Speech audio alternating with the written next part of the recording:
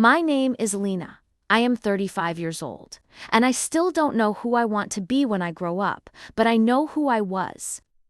How many times have I scraped my knees, smashing myself against other people's expectations? How many times have I clenched my teeth in pain, smiling at those who didn't even notice? How many times have I walked into the darkness, not because I didn't see the danger, but because I confused it with home? I often drove myself into the basement. Not because I wanted to suffer, but because I believed that if I was worse off than everyone else, they would notice me, save me, hug me. No one came. It all started one evening. I was sitting in the kitchen. The stove was cold, the tea was forgotten. Outside the window, a dreary Moscow evening, the rain was beating on the windowsill as if trying to knock on my door. A message was blinking on the phone screen. I can't do this anymore. Don't look for me. And that's it. No name, no explanation, not a last conversation. 7 years disappeared like a soap bubble. Once and gone. 7 years in which I cooked soups, smoothed over conflicts, accepted criticism silently, chose my words, listened, cared, believed. I thought it was love, I called it home. And he called me convenient behind his back. He left more than once, with friends, with colleagues, with exes. I always waited, always forgave, because I believed if I was good, he would not leave. But who builds a house on shifting sand? Me, yes. I thought that love is patience, that family is a compromise, that my place is behind his back, so as not to interfere, so as not to be too much. It turned out that my place is outside his life. I was left alone, with a phone that never rang again, with an empty refrigerator, with silence that burned my skin. I was betrayed, not for the first time. But this time, it hurt like hell, because this time, I'm not 20. Because this time, there was no one to go to. Dad passed away 3 years ago. Mom died suddenly. The house fell apart. People went their separate ways. I was left. And the concrete silence inside, I fell into apathy. At first, I didn't notice. I just didn't wash the dishes. Then, I didn't wash myself. Then I stopped eating. I stopped talking. I slept during the day, looked at the ceiling at night. In my head, it was as if the lights had been turned off. My job fell apart.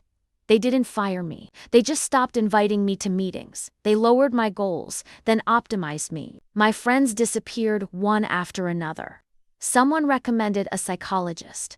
Some people meditated. Some people simply stopped writing. But I didn't blame them. People aren't obligated to save those who are drowning in silence. 6 months later, I sold almost everything I could. I moved to the outskirts, a room in a communal apartment. The wallpaper was peeling. The window overlooked a remote courtyard where the birds didn't sing. I turned off social media. I turned off my phone. And I started not to live, but to exist. On autopilot. I got up, got dressed, and went to work. Then back. Water.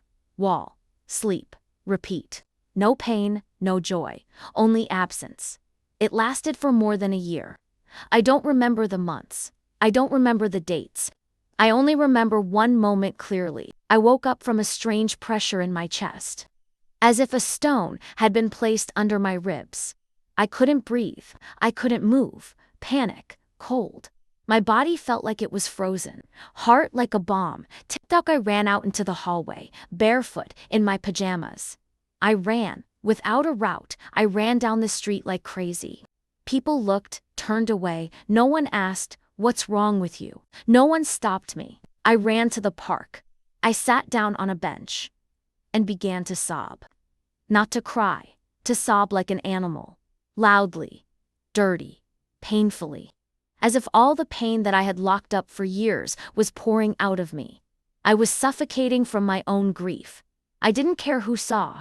I no longer existed. I just flowed like water through cracks. And suddenly someone sat down next to me. I shuddered. A woman, simple, in a coat, bag in her hands, about 50 years old. She said nothing. She just took out a handkerchief. She held it out, then an apple. She put it next to me, and she left. Without words, without pity, without hold on. Just, she was there. This moment became a turning point. Not a miracle, not a cure, but a crack in the wall. For the first time in many months, I felt that I existed. 2 months later, I decided to go to therapy. It was difficult. Ashamed. I sat in the waiting room like a girl who was afraid of getting a bad grade. But I went, and I started talking. First about him, then about myself. About how I always tried to be convenient. How I learned to guess the desires of others. How I was afraid to say no. How I lived for the sake of someone else's approval. And how, in this, I lost myself. I no longer looked for love. I began to look for myself. I started drawing clumsily, without technique, just with paints on paper, on the walls, on myself. It was crooked, without a plot. But it was mine. I poured out pain, with flowers, with lines, without words. Once, I drew a girl on a piece of cardboard with an empty face and a huge heart bursting out of her chest. I called it "Doesn't Fit." I posted it on the internet. Not for likes, but simply to let go, and it began comments. Not about talent, about feelings. This is me. I feel this way every morning. People started writing, sending letters, sometimes money, sometimes their drawings. And I realized I'm not alone. My pain is not unique. And there was consolation in that. I drew some more. And I wrote short texts. Not literary. Just like breathing. Raggedly. Honestly. 2 years have passed.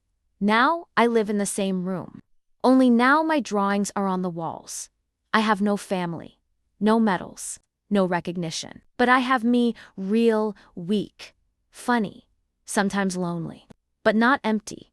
I often think about that woman with the apple. She didn't save me, she pushed me towards her. Sometimes, to bring a person back to life, you don't need words. It's enough to just be there, to let them know you are visible, you exist, you are important. I'm not writing this for pity. I'm writing because I know someone is sitting on the floor right now in silence with a broken heart and thinking that he is a mistake, that nothing will happen next. I was there. And if you are there now, no, this is not the end. This is rock bottom. But rock bottom is not a point. It is a surface to bounce off from. You don't have to be happy tomorrow. You don't have to be strong. You just have to be alive, real, without filters.